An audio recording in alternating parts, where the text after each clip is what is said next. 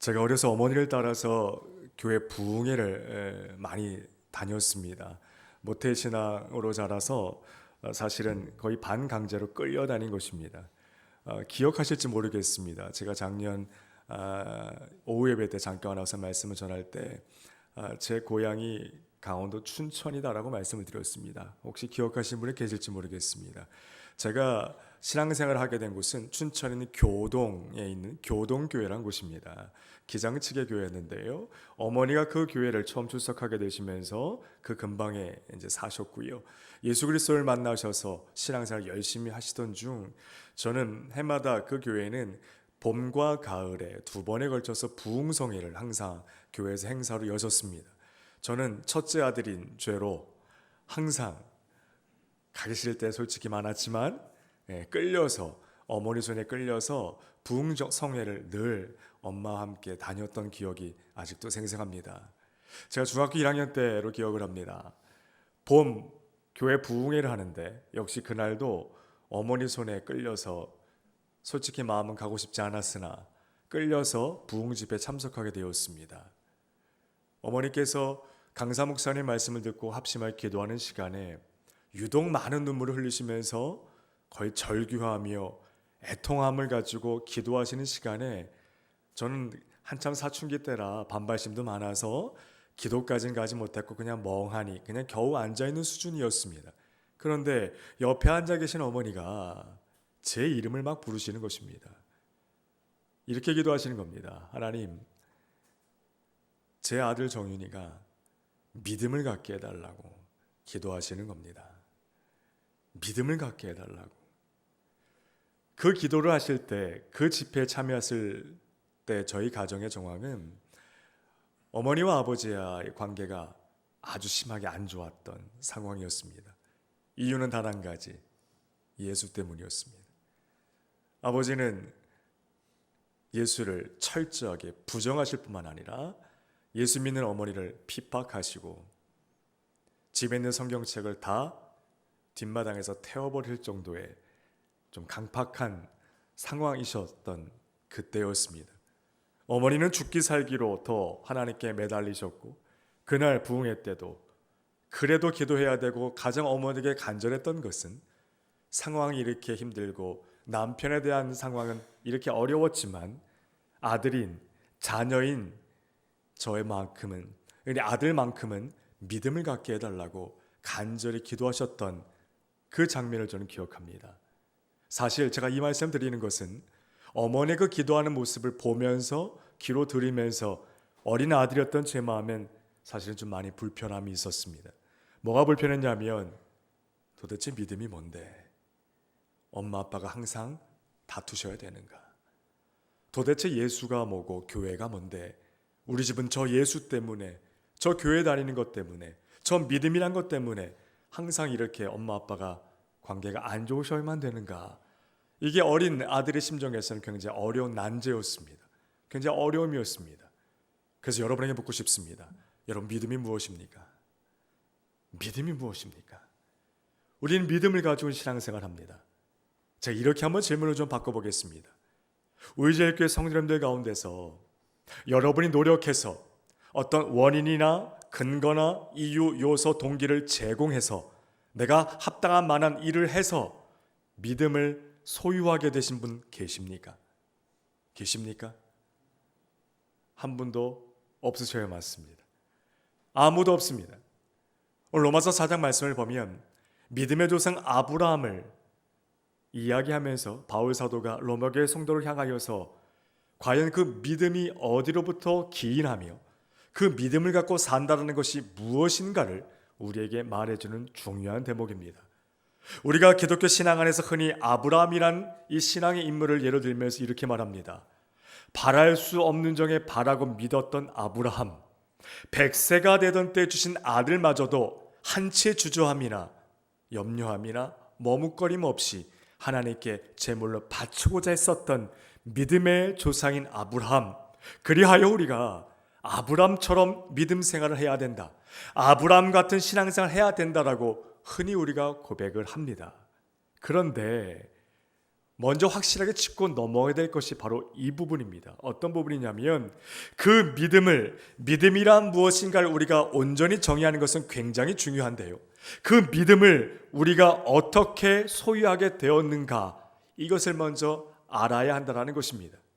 로마서의 5장까지의 핵심 단락은 복음이란 무엇인가, 그리고 이신칭의라고 해서 믿음으로써 의에 이르는, 믿음으로써 구원에 이르고 믿음으로써 하나님 알게 되어지는 이 성경의 명약관한 이 믿음의 신앙의 법칙에 대하여 바울 사도가 굉장히 강조하고 있는 장면이 로마서의 서두 부분인 1장에서 5장까지 계속해서 반복되어서 등장하고 있다는 것입니다. 말씀을 잠깐 보시겠습니다. 4장 6절을 보시면 이렇게 기록합니다. 제가 읽겠습니다. 이란 것이 없이 하나님께 의로 여기심을 받는 사람의 복에 대하여 다윗이 말한 바라고 되어져 있습니다. 이란 것이 없는데 하나님께 의로 여기심을 받은 사람의 복, 즉 성도의 복, 그것이 믿음이다라고 오늘 말씀 우리에게 말해주고 있다는 것입니다. 여러분, 믿음은 하나님께 주신 선물이다라고 에베소 2장에 기록합니다. 기억하십니까? 믿음은 하나님께서 주신 선물이다. 자, 한번 읽어드리겠습니다. 에베소서 2장 8절에 보면 이렇게 기록합니다. 너희는 그 은혜에 의하여 믿음으로 말미암아 구원을 받았으니 믿음으로 구원을 얻었는데 그 믿음 언제나 은혜다. 이것은 너희에서 난 것이 아니요 하나님의 선물이다라고 에베소서에 기록하고 있습니다. 선물입니다. 주는 사람의 마음입니다. 주는 사람의 마음입니다. 주는 사람이 주지 않으면 받을 수가 없는 것이 선물입니다. 여러분, 믿음은 하나님께서 우리에게 주신 선물이다라는 것입니다. 그 누구도 저에게 믿음을 주세요, 저는 믿음을 갖고 싶습니다, 저는 하나님을 믿고 싶습니다, 하나님을 만나고 싶습니다 라고 해서 하나님을 만난 성도는, 사람은 아무도 없다라는 것입니다. 구원이라는 것을 이야기할 때 이 믿음으로 얻게 된 것이 바로 구원인 것이지, 그 어떤 사람도 합당한 일을 해서, 어떤 행동을 해서, 어떤 일을 해서, 업적을 달성을 해서, 합당한 어떤 사업을 일으켜서 구원을 받았다는 사람이 있다면 그 신앙은 성경적이지 않다라는 결론에 이 말씀을 근거하여 우린 그렇게 이야기할 수 있다라는 것입니다. 오늘 로마서 4장 말씀의 1절 이하에 보면 그런즉 육신으로 우리 조상인 아브라함이 무엇을 얻었다 하리요 라고 되어져 있습니다. 육신으로 무엇을 얻었는가? 이 여기서 육신은 행위를 말하는 것입니다.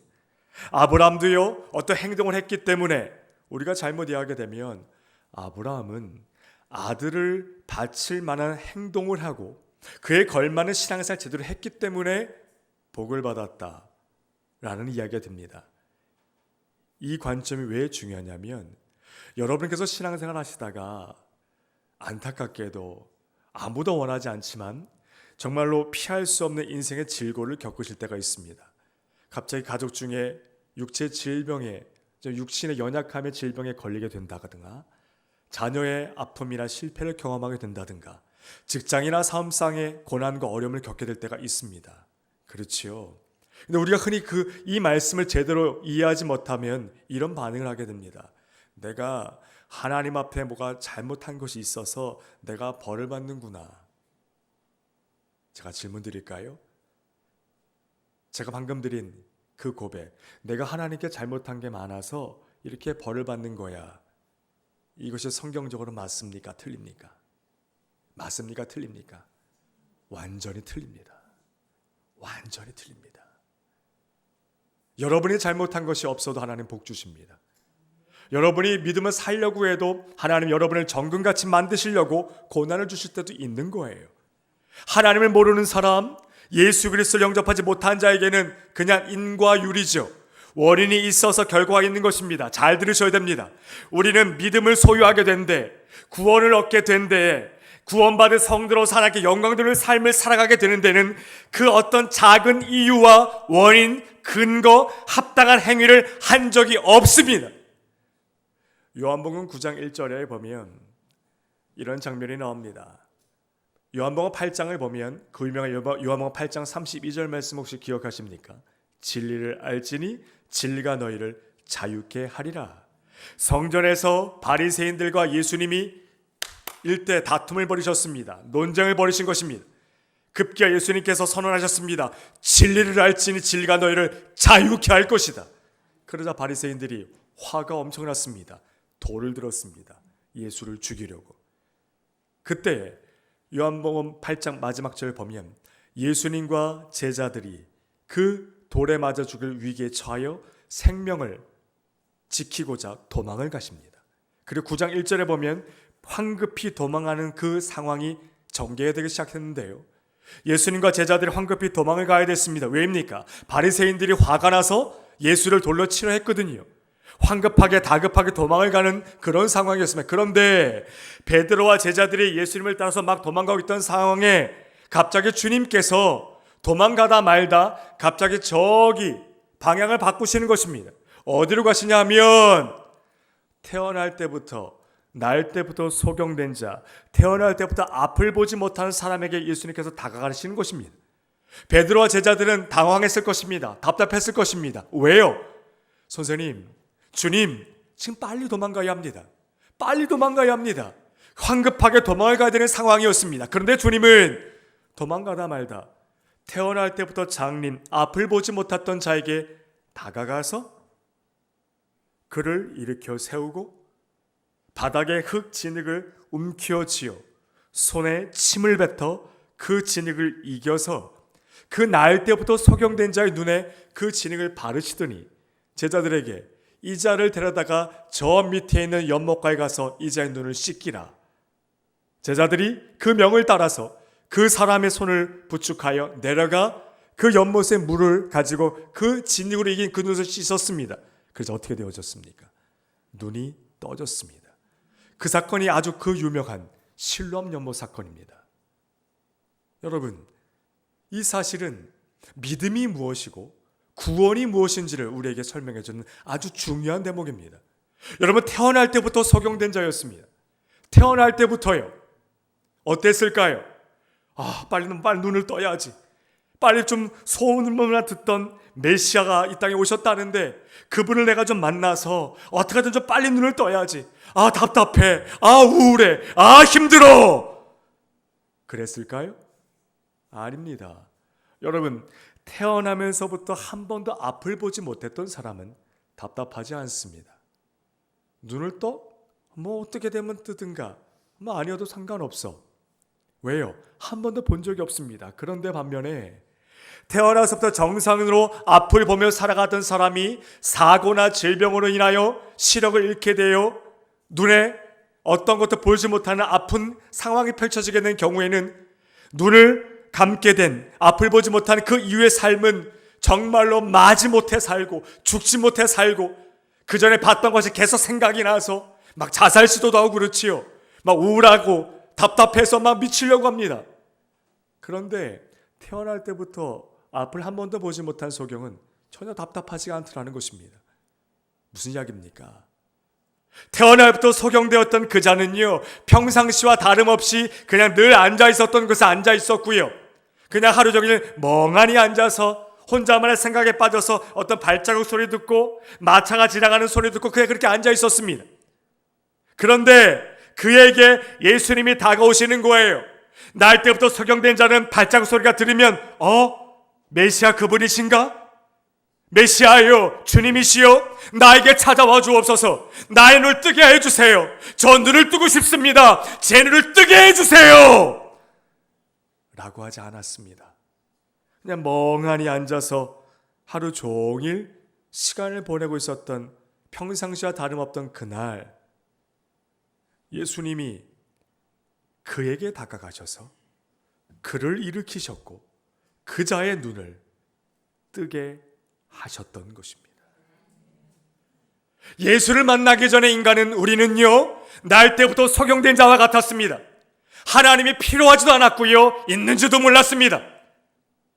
저를 비롯한 여기는 우리 모두가 하나님을 만나고 싶어요. 눈을 뜨게 해주세요. 창조주 하나님의 자녀로 살고 싶습니다. 구원해 주세요. 영원한 생명에 거하게 해주세요 라고 기도하고 간 사람은 아무도 없다라는 것입니다. 아무도 없다라는 것입니다. 왜 이 사실이 중요합니까? 오늘 말씀 6절에 보면 일한 것이 없이 하나님께 의로 여기심을 받은 사람의 복. 신앙생활하는 성도들이 가장 누려야 될 복이 뭐라고요? 일한 것이 없는 사람에게 당신이 일한 것으로 당신의 것을 여겨주셨던 사람의 복에 대하여 다윗이 말한 바, 하나님을 믿는 성도들이 가장 풍성히 누려야 될 복은요, 병이 좀 낫는 거, 물질에 좀 복을 받는 거, 자녀들이 좀 잘 사는 거, 그건 작은 복이라는 것입니다. 그것도 복입니다. 하지만 작은 복이라는 것입니다. 생각보다 많은 성도들이, 기독교 신앙에 있는 많은 성도들이 참된 이 복락을 누리지 못하더라는 거예요. 여러분, 가장 큰 축복이 무엇입니까?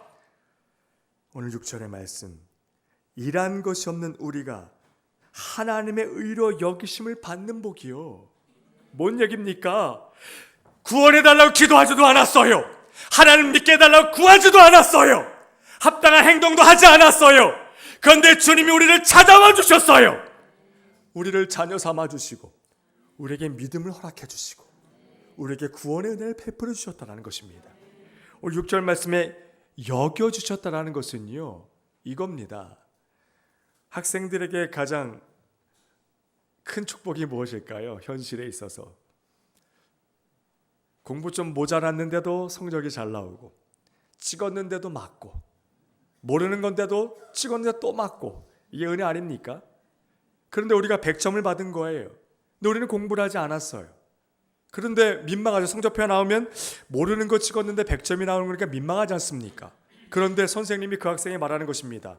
야, 이게 너의 실력이야. 너 거야. 무슨 말씀인지 아시겠습니까? 우리가 노력해서 얻은 믿음이 아니에요. 구원이 아니에요. 아브라함을 왜 근거로 두냐면, 아브라함이 행위로 말미암아 의로 여김을 받은 것이 아니라 전적인 은혜로 말미암아 의로운 사람으로, 축복의 사람으로 믿음을 소개했다는 그 근거로 들면서 하나님이 택한 모든 성도들에게 그 은혜를 동일하게 베풀어 주신다라는 거예요. 여러분, 저와 여러분이 기도 많이 해서 구원받았습니까? 성경 많이 읽어서 구원받았습니까? 전도 많이 해서 구원받았습니까? 아니요. 아무것도 하지 않았는데 하나님이 우리를 만나 주셨고, 찾아와 주셨고, 하나님의 자녀가 되게 해주셨고, 영원한 생명에 거하게 해주셨다는 거예요. 그런데요, 그것을 우리의 믿음으로 여겨주신다는 거예요. 이 감동이 이 정도 되면 안 됩니다. 다시 하겠습니다. 이거 가슴이 벅차지셔야 돼요. 내가 노력해서 얻은 것이 아닌데 하나님이 저에게 믿음 주셨잖아요. 구원 베풀어 주셨잖아요. 근데 거기서 끝이는 복이 아니라 그것이 너의 믿음이래요. 그것이 너의 것이래요. 마음껏 누리랍니다. 마음껏 누리면서 영광 가운데 살라고 하시는 거예요. 이게 바로 놀라운 하나님의 은혜에 대한 정의라는 것입니다.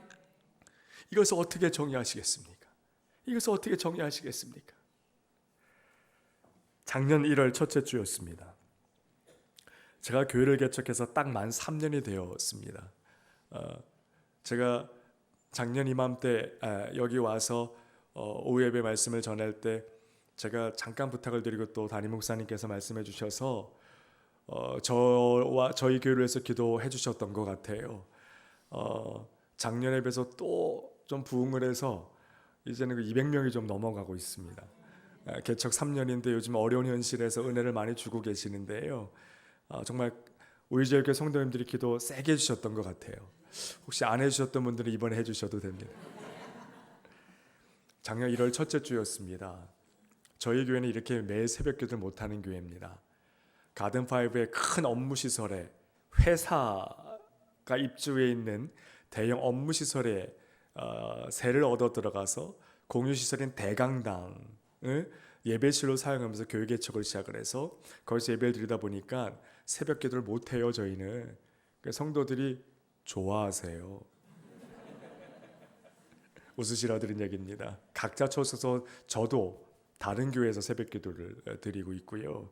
그날을 곧 있으면 올 것 같아요. 새벽 예배를 드릴 수 있는 그날이 많이 거기에 주주들과 많은 회사들이 많이 교회를 좋아해 주고 계셔서 조금만 더 있으면 새벽 예배 드릴 수 있는 날이 올 것 같습니다. 그래서 이 광경이 얼마나 저에게 부러운지 몰랍니다. 이게 얼마나 부러운 일인지 모르실 거예요. 근데 새벽기도 안 나오시면 안 되죠. 웃으시라고 드린 얘기였습니다. 주주들에게 허락을 받아서 작년부터 매월 1월 첫째 주 올해도 했고요. 특별 새벽 기도회를 합니다. 작년 첫 번째 특별 새벽 기도회를 하는데요. 6일 동안 일주일 동안 하는데 금요일 날 새벽이었습니다. 강사 목사님 오셔서 잠깐 제 방에서 이야기를 하고 있는데 저희 교회 한 40대 초반의 젊은 여집사님이 제 방문을 열고 울면서 들어오시는 겁니다. 강사 목사님이 눈치껏 급히 나가셨고 그 자매가 앉아서 이야기를 하는데 그 집안이 다 저희 교회 출석을 합니다.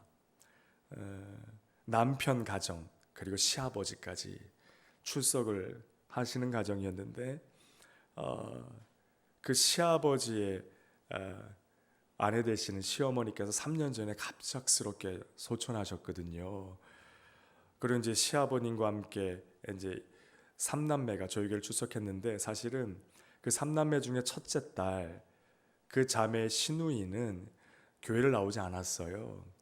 너무 똑똑하고 연대 법대를 나와서 행정고시를 패스해서 여자 서기관으로 공직생활 하다가 좀 큰 일을 겪어서 심한 우울증에 빠져서 거의 10년 가까이 공직도 다 그만두고 집에서 50대 초반인데 집에서 칩과하면서 우울증 치료를 받고 있는 그런 상황이었습니다. 그런데 그 새벽 기도회 다섯째 날 새벽에 그 자매가 저에게 찾아왔던 것은 그날 새벽 몇 시간 전인 그 전날 목요일 밤 11시경에 그 시누이가 자기 집 아파트에서 뛰어내린 것입니다. 근데 시아버님 되시는 그 집사님께서 저희 교회 제일 어른이시거든요. 은퇴하신 대학 교수님이신데 목사님에게 말하지 말라고 교회가 첫 번째 행사 특별설교 기간인데 목사님이나 성도들에게 알리지 말라고 했던 거예요. 근데 이 자매는 그럴 수가 없어서 저에게 와서 이야기를 한 것입니다. 특별 새벽 예배를 마치고 그날은 제가 강사님과 아침을 먹지 않고 곧바로 해화동에 있는 서울대학교 병원을 바로 달려갔습니다. 달려갔더니 그 집사님이 저를 보자마자 첫 마디가 목사님 왜 오셨냐고 그러는 겁니다. 그러니까 제가 외람된 말씀이지만 저에게도 아버지 같은 분이시지만 제가 조금 나무랐습니다. 집사님 왜라니요? 집사님 왜라니요? 제가 왜라니요 하니까 이분이 이게 터지신 겁니다. 어르신께서 너무 마음이 아프셔서 사랑하는 아내 된 권사님도 3년 전에 갑자기 가셨고 너무 건강하셨던 분이 큰딸마저 이렇게 되는 그 아비의 심정이 얼마나 아프셨겠습니까? 그 아프신 마음에 장례도 안 치르고 빈소도 마련 안 하시고 그냥 이제 과정 사망 신고 병원 절차만 맡으셔서 그냥 그날 곧바로 아침에 벽제 화장장으로 이제 바로 가서 그렇게 마무리하시려던 그런 상황이셨어요. 제가 그 얘기를 듣고 집사님의 뜻이 그렇다면 그건 그렇게 하십시오. 하지만 예배는 드려야 되겠습니다. 가족들이 있으니까요. 그래서 저도 처음으로 시신 안치실에서 예배를 인도했습니다. 검시관 둘이 서 있고 마스크 쓰고 일가족과 제가 시신이 누워있는 시신이 좀 처참합니다. 붕대로 돌돌 감아 있는 시신을 앞에 두고 시신이 아니라 남은 유가족들을 위하여 제가 예배를 인도했습니다. 그 예배를 마치고 온 가족이 거의 눈물바다가 되죠. 그 집사님께서 저에게 이렇게 말씀하셨어요. 제가 부족한 게 많고 지은 죄가 많아서 이런 일을 겪나 봅니다. 라고 하시는 겁니다. 그 제가 조금 언성을 높였습니다. 집사님 손을 꽉 잡고 무슨 말씀하시는 겁니까 집사님? 지금 무슨 말씀하시는 겁니까? 집사님 때문이라니요.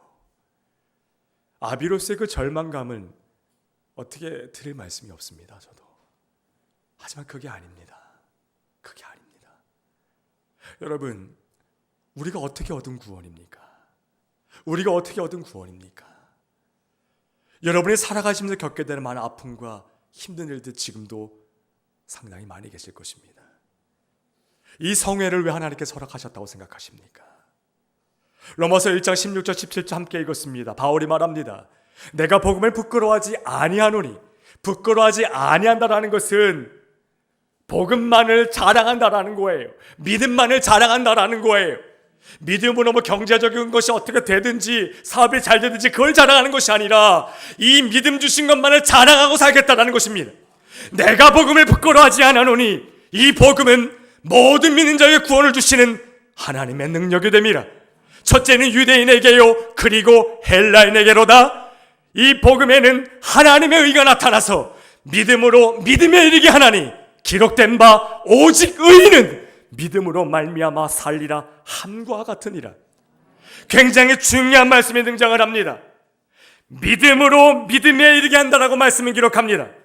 여러분 명확하게 정의하고 기억하셨으면 좋겠습니다. 성경에서 믿음이란 두 가지로 정의가 되는 것입니다.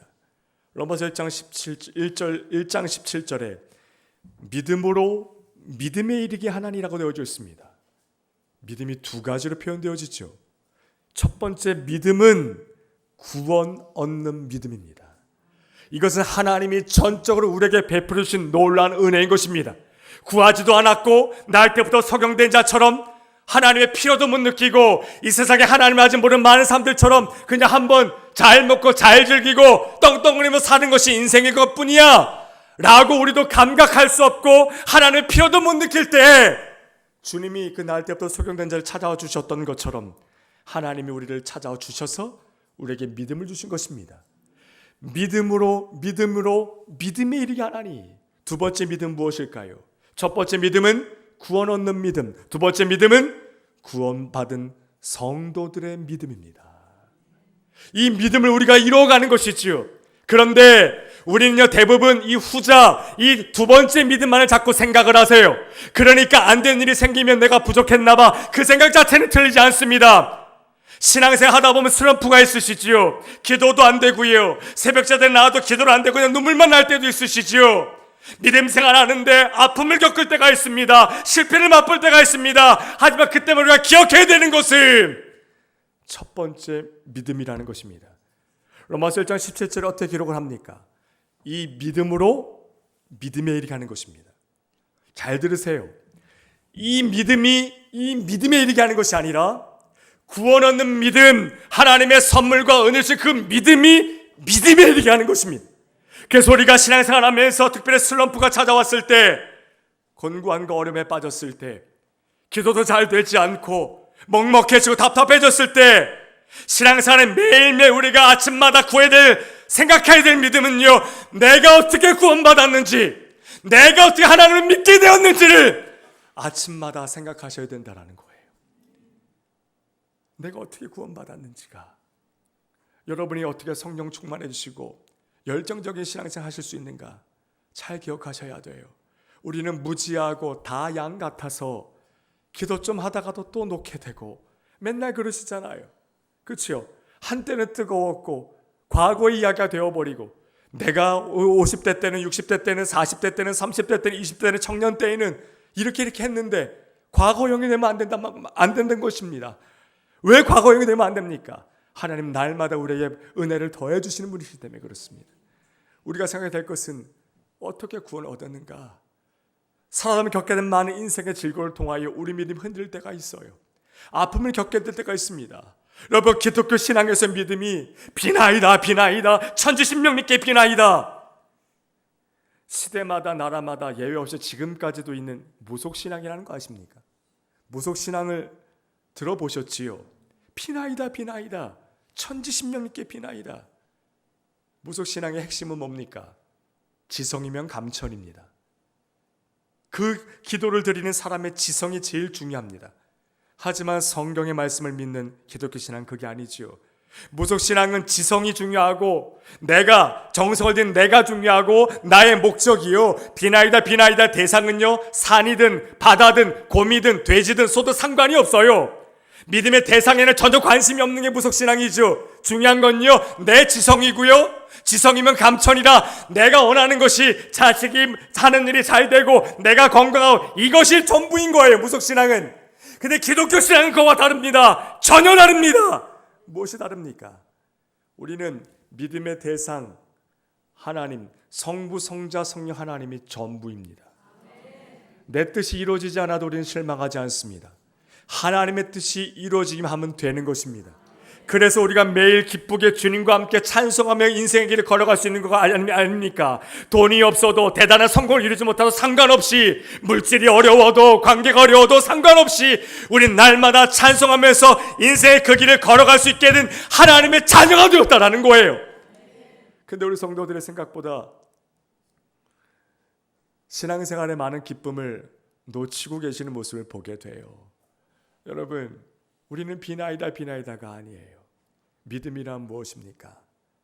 여전히 구원받았음에 불구하고 여전히 자주 넘어지고 세상과 타협하여 기웃거리는 이 죄 많고 부족한 나이지만, 상관없이 실수하지 않으시고 졸지도 주무시지도 아니하시는 전능하신 그 하나님의 뜻이 이 죄 있는 나를 통해 이루어져 가는 것을 신뢰하는 것, 그것이 믿음인 것입니다. 그것이 믿음인 것입니다. 여기 계신 특별히 권사님, 장로님, 저에게도 부모님 같으신 우리 성도님들, 절대로 기억하셨으면 좋겠어요. 여러분이 자녀를 향한 그 기도는 단 한마디의 기도도 땅에 떨어진 것이 지금까지도 없었고 앞으로도 없을 것입니다. 당장에 연약해보이는 자녀의 모습이라고 생각하십니까? 뭐 취업을 잘 못해서, 제대로 된 직장을 못 다녀서, 결혼을 아직 못해서, 또 교회를 아직 나오고 있지 않아서, 믿고 구하십시오. 하나님의 계획 속에서 그 모든 것들은 여러분의 기도를 통해 이루어져 간다라는 것입니다. 조금 어려울 수 있지만 중요한 믿음이란 무엇인가로 첫 시간을 여는 이유가 있습니다. 많은, 저희 교회는요 40대들이 80%예요. 그 다음에 30대고요. 그 다음에 20대고요. 50대 이상이 7가정밖에 없습니다. 제가 젊어서도 그런 것 같고요. 제가 청소년 사역을 오래 하다 보니까 이 제자인 세대들이 자꾸 이렇게 모이다 보니까 더 젊은 세대인 것 같아요. 이 젊은 세대를 목회하면서 제가 요즘 조금 혼냈습니다. 뭘 혼냈는가? 많은 분들이 기독교 신앙과 교회에 대한 요즘의 어려움을 이야기하면서 기독교 신앙의 침체다, 교회의 침체다, 위기다라는 이야기를 하시는데, 뭐 일면 동일하지만 저는 동의하지 않습니다. 하나님의 섭리가 있기 때문에 회초리도 드시는 거라 생각하는데요.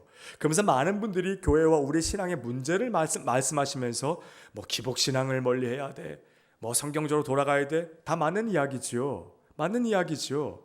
근데 기독교는 기복신앙이라는 거 아십니까? 기독교 신앙은 기복신앙이에요. 왜 어리둥절한 표정이십니까? 기독교 신앙은 기복신앙이에요. 이 일한 것이 없는 자에게 거저 주셔 여겨주시는 그 복을 누리는 신앙이라고요. 기복신앙이에요. 그 복의 정의가 새로워져야 되는 것은 저도 동의합니다. 근데 문제가 있어요. 제가 이렇게 다음 세대 사역을 오래 해서 집회를 계속 이렇게 다니게 되는데, 가장 문제가 뭔지 아십니까? 문제라기보다 가장 우리가 해야 될 일이 뭔지 아십니까? 저에게 혹시 여러분들께서 그 누군가가 교회가 새롭게 부흥하기 위하여 다음 세대를 세우기 위하여 가장 해야 될 것이 무엇이냐고 물으시면 저는 지금까지 단 한 번도 예 없이 이렇게 답합니다. 예레미야 33장 3절 말씀처럼 너는 내게 부르짖으라. 가 없는 시대여서 그렇습니다. 부르짖지 않아서 문제입니다. 이것이 성경적인가 아닌가도 매우 중요합니다. 하지만 요즘 기도의 소리가 사라져가고 있습니다. 제가 가장 교회 개척을 하면서 긴장하고 있는 부분이 바로 그것입니다. 빨리 새벽 예배를 드릴 수 있는 그날을 하나님 허락해달라 기도하는 이유가 뭡니까? 젊은 세대들수록 기도하지 않아요.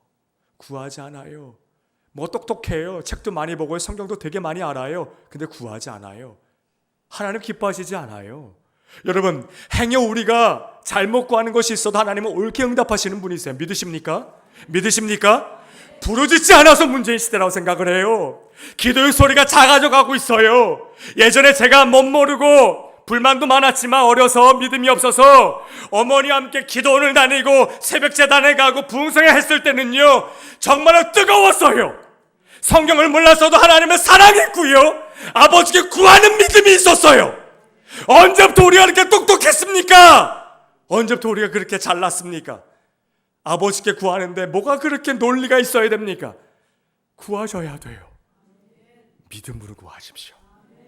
우리가 어떻게 지금 이렇게 예배하고 있는지를 오늘 말씀 통해서 기억하시면서 이 부흥성의 3일간은요, 마음껏 구하시고 마음껏 그 복을 누리시고 내가 어떻게 구원받았는지 그 사실을 깨달으시면서 삶의 고단함과 어려움들을 다 주님 앞에 위로받으시고 이 참된 구원과 믿음이 어떻게 나에게 주어진지를 생각하신다면 현실의 문제는 점점 작아져가는, 눈에서 사라져가는 이 놀라운 은혜를 경험하게 되실 줄 믿습니다. 아멘. 아멘. 우리는 하나님의 자녀들입니다. 우리는 하나님의 자녀들입니다. 우리는 어려움이 소망이 됩니다. 로마서 5장 4절에 보면 환난이 인내가 연단이 소망이 되는 줄 알미니라. 여러분, 그냥 무속신앙은 어려움을 겪는 것을 인생의 저주라고 생각하지만 우리는 그렇게 생각하는 사람들이 아닙니다. 왜요? 내가 구하지 않고 내가 노력하지 않는데도 주시는 그 믿음이 어떠한 축복인지를 아는 성도이기 때문에 그렇습니다. 우리가 이 믿음 가지고 한평생 주를 위해 살 수 있는 것, 하나님을 아버지라 부를 수 있는 것, 여러분, 이거면 다 되는 거 아니겠습니까? 이거면 다 되는 거 아닙니까? 뭐 더 이상 더 누리시려고 합니까? 표정들은 그래도요 라는 표정들이 계십니다. 이 이야기를 하면서 이 새벽의 첫 시간에 말씀을 좀 매듭을 지으려고 합니다. 얼마 전에 저희 성도님의 아버지께서 84 되셨는데 폐암 말기 판정을 받으셔서 하나님 곁으로 가신 일이 있었습니다. 이 집사님이 갑자기 저에게 연락을 주셔서 목사님, 저희 아버지가 이런 상황이신데 아직 예수를 영접하지 않으셨습니다. 병상에서 이제 얼마 남지 않은 상황이셨는데 지금까지도요 뭐 10여 분 이상의 목사님, 선교사님들이 오셔서 영접을 시키시려고 영접 기도하고 말씀을 전해드리고 했는데 다 실패하셨다라는 거예요. 그래서 저에게 오신 지 얼마 안 되신 분이셨는데 저에게 부탁드린다고 오셔서 아버지 영접 기도를 좀 해주십사 부탁을 드린 것입니다. 당연히 달려갔습니다. 안암동에는 고대 병원이었습니다. 이야기를 좀 들었습니다. 고려대학교 역사학과 명예교수님이셨어요. 아주 고지식하시고 완고하신 분이셨습니다. 그 어떤 자식들의 이야기도 듣지 않고 자식들의 평생 어려워하던 분이셨어요. 두렵고 떨린 마음으로 기도하면서 준비하여 병실에 갔습니다. 가족들이 다 자리를 했고 제가 가족 예배를 드리고 영접 기도를 하는데 글쎄 이분이 정확하게 4번에 걸쳐서 반응을 하시는 겁니다. 말씀을 못 하시는 상황이었고 아버님 영접 기도를 따라온 난 다음에 예수 그리스도를 아버님의 주인으로 구세주로 영접하십니까 하니까 정확하게 제 손을 4번을 잡으시는 거예요. 가족들이 다 눈물이 터졌습니다. 그렇게 해도 안 되던 게 하나님의 은혜 그날 된 거죠. 저도 너무 감격스러웠습니다. 딱 4번 반응하시고 난 다음에 편안하게 주무시는 거예요.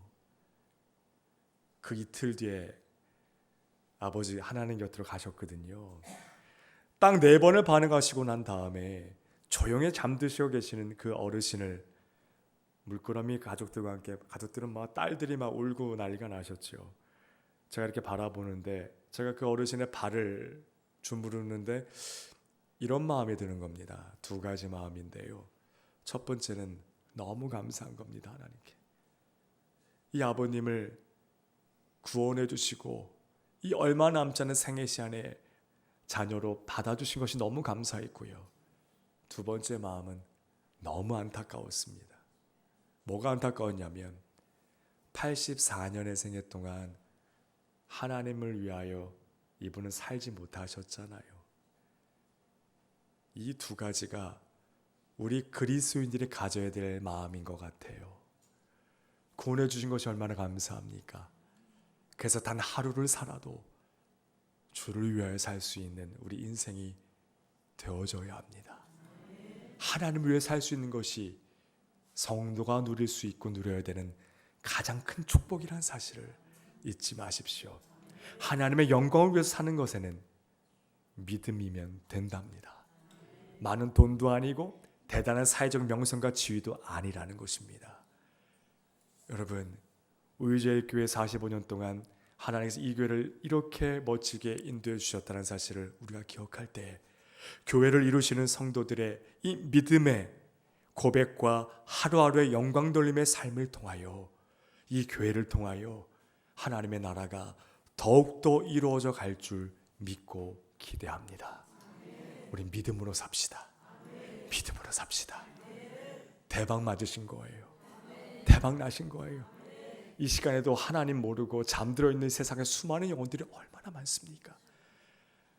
제가 이 사실을 어머니의 눈물 흘린 기도에 약 한 15년이 지나서 깨달아 돌아오게 됐네요. 저희 어머니가 지금 알츠하이머를 좀 앓고 계셔서 이렇게 왔다 갔다 하세요.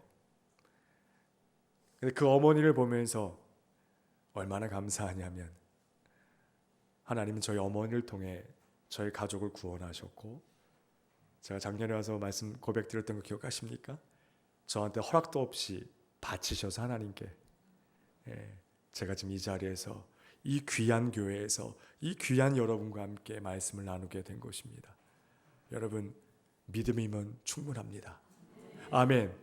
옆에 있는 성도님들과 함께 이렇게 인사했으면 좋겠습니다. 믿음이면 충분합니다. 믿음이면 충분합니다. 믿음이 충분합니다.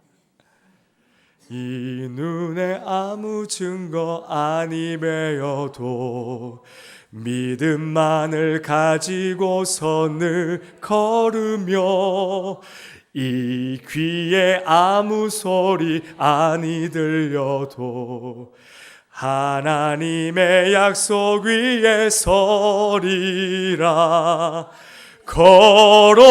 걸어가세 믿음 위에 서서 나가세 의심 버리고 걸어가세 믿음 위에 서서 눈과 귀에 아무 증거 없어도 믿음이라는 이 말로 형언할 수 없는 축복 주시는 그 하나님을 감사하며 우리 한평생 동안 여러분의 삶이 고백이, 여러분의 눈빛이 믿음의 증거이고 바로 전도이고 그리스도의 향기란 사실을 기억하시면서 한평생 하나님의 영광을 맛보며 이 여겨주신 복을 마음껏 누리며 살아가시는 아름답고 복된 성도들 되시기를 주님의 이름으로 축복드립니다.